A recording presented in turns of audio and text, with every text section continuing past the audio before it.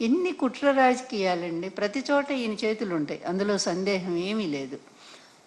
ఇక్కడ 29 మంది మన గోదావరి పుష్కరాల్లో చనిపోతే మరి ఇతను ఎన్నిసార్లు అరెస్ట్ చేసి జైల్లో పెట్టాలండి చంద్రబాబు గారిని? ఎన్నిసార్లు చేయాలా? అదేవిధంగా కందుకూరులో దాదాపుగా 9 మందిని చంపేశాడు. ఈయన మీటింగ్ ఇరుకు సందులో మీటింగ్ పెట్టి, ఇరుకు సందు అందులో పాపం తొక్కిసలాట జరిగినట్టు తన కోసం జనం విపరీతంగా వచ్చినట్టు చేయటం కోసం, మీడియా కోసం అక్కడ అట్లాగే చేసి 9 మందిని చంపాడు. చీరల పంపిణీలో 3 ఆడవాళ్ళు ప్రాణాలు కోల్పోయారే. ఈయన ఎన్నిసార్లు జైల్లో పెట్టాలో చెప్పండి? అభిమానంతో వాళ్ళు విరగబడి ఆ రోజు అది అబ్బాయి అన్న కావాలని చేస్తారా? తన సినిమా చూసుకోవాలని, ఎలా ఉందో ప్రజాస్పందన తెలుసుకోవడానికి ఆయన వెళ్ళాడు. అది గవర్నమెంట్ తప్పు. ఆయన వస్తున్నప్పుడు లేకపోతే హాలు వాళ్ళు, సినిమా హాలు వాళ్ళు సరైనటువంటి భద్రతా ఏర్పాట్లు చేసుకోవాలి. పోలీసులను పిలిచి పూర్తి కట్టుదిట్టం చేసి ప్రజలకు థ్రెడ్ కట్టి దూరంగా పెడితే అయిపోయేది. వాళ్ళు అవేమీ చేయలేదు కదా. అది తప్పు అల్లు అర్జున్ ఎలా అవుతుందండి? మరి ఇంతమందిని చంపినటువంటి చంద్రబాబు నాయుడు ఏమో శుభ్రంగా ఉన్నాడు. తెలియక జరిగిన దాని మీదేమో ఆ అబ్బాయిని అరెస్ట్ చేస్తారా?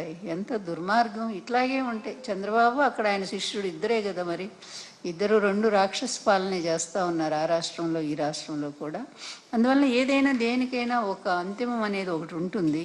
తప్పనిసరిగా రైతులకు అన్యాయం చేస్తున్నటువంటి ఈ ప్రభుత్వం తొందరలోనే దాని మూల్యం కూడా చెల్లించుకుంటుంది. రైతులందరూ రోడ్డు మీదకి వచ్చే పరిస్థితి కూడా వచ్చింది. ఈరోజు ప్రతి చోట సక్సెస్. మా మీటింగ్లు ఎక్కడికి వెళ్ళినా రైతులు వచ్చి స్వచ్ఛందంగా రైతులు జాయిన్ అయ్యారు. కానీ ఆ వార్తలు రానియకుండా చెయ్యొచ్చు అతను. ఏం చేసినా సరే ప్రజాస్పందనని ఎవరు ఆపలేరు. కొద్ది కాలం మాత్రమే అధికారం మిమ్మల్ని అడ్డుకోగలుగుతుంది, మీ అహంకారాన్ని నిలబెడుతుంది. కొద్ది రోజులు పోయినాక ఇదే జనం మిమ్మల్ని తీసుకొచ్చి రోడ్డు మీద పడేసినప్పుడు మీ బతుకులు ఏంటనేది అప్పుడు అర్థమవుతాయి.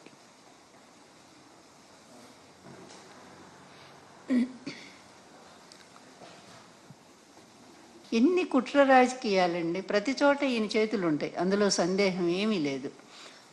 ఇక్కడ 29 మంది మన గోదావరి పుష్కరాల్లో చనిపోతే మరి ఇతను ఎన్నిసార్లు అరెస్ట్ చేసి జైల్లో పెట్టాలండి చంద్రబాబు గారిని? ఎన్నిసార్లు చేయాలా?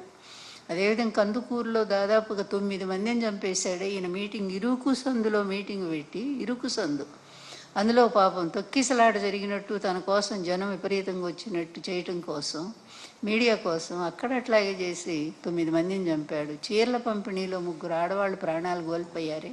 ఈయన ఎన్నిసార్లు జైల్లో పెట్టాలో చెప్పండి? అభిమానంతో వాళ్ళు విరగబడి ఆ రోజు అది అబ్బాయి అన్న కావాలని చేస్తారా? తన సినిమా చూసుకోవాలని, ఎలా ఉందో ప్రజాస్పందన తెలుసుకోవడానికి ఆయన వెళ్ళాడు. అది గవర్నమెంట్ తప్పు. ఆయన వస్తున్నప్పుడు లేకపోతే హాలు వాళ్ళు, సినిమా హాలు వాళ్ళు సరైనటువంటి భద్రతా ఏర్పాట్లు చేసుకోవాలి. పోలీసులను పిలిచి పూర్తి కట్టుదిట్టం చేసి ప్రజలకు థ్రెడ్ కట్టి దూరంగా పెడితే అయిపోయేది. వాళ్ళు అవేమీ చేయలేదు కదా. అది తప్పు అల్లు అర్జున్ ఎలా అవుతుందండి? మరి ఇంతమందిని చంపినటువంటి చంద్రబాబు నాయుడు ఏమో శుభ్రంగా ఉన్నాడు. తెలియక జరిగిన దాని మీదేమో ఆ అబ్బాయిని అరెస్ట్ చేస్తారా? ఎంత దుర్మార్గం! ఇట్లాగే ఉంటాయి. చంద్రబాబు అక్కడ ఆయన శిష్యుడు ఇద్దరే కదా, మరి ఇద్దరు 2 రాక్షస పాలనే చేస్తూ ఉన్నారు, ఆ రాష్ట్రంలో ఈ రాష్ట్రంలో కూడా. అందువల్ల ఏదైనా దేనికైనా ఒక అంతిమం అనేది ఒకటి ఉంటుంది. తప్పనిసరిగా రైతులకు అన్యాయం చేస్తున్నటువంటి ఈ ప్రభుత్వం తొందరలోనే దాని మూల్యం కూడా చెల్లించుకుంటుంది. రైతులందరూ రోడ్డు మీదకి వచ్చే పరిస్థితి కూడా వచ్చింది. ఈరోజు ప్రతి చోట సక్సెస్. మా మీటింగ్లు ఎక్కడికి వెళ్ళినా రైతులు వచ్చి స్వచ్ఛందంగా రైతులు జాయిన్ అయ్యారు. కానీ ఆ వార్తలు రానియకుండా చెయ్యొచ్చు అతను.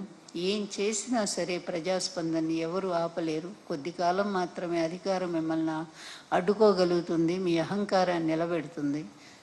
కొద్ది రోజులు పోయినాక ఇదే జనం మిమ్మల్ని తీసుకొచ్చి రోడ్డు మీద పడేసినప్పుడు మీ బతుకులు ఏంటనేది అప్పుడు అర్థమవుతాయి.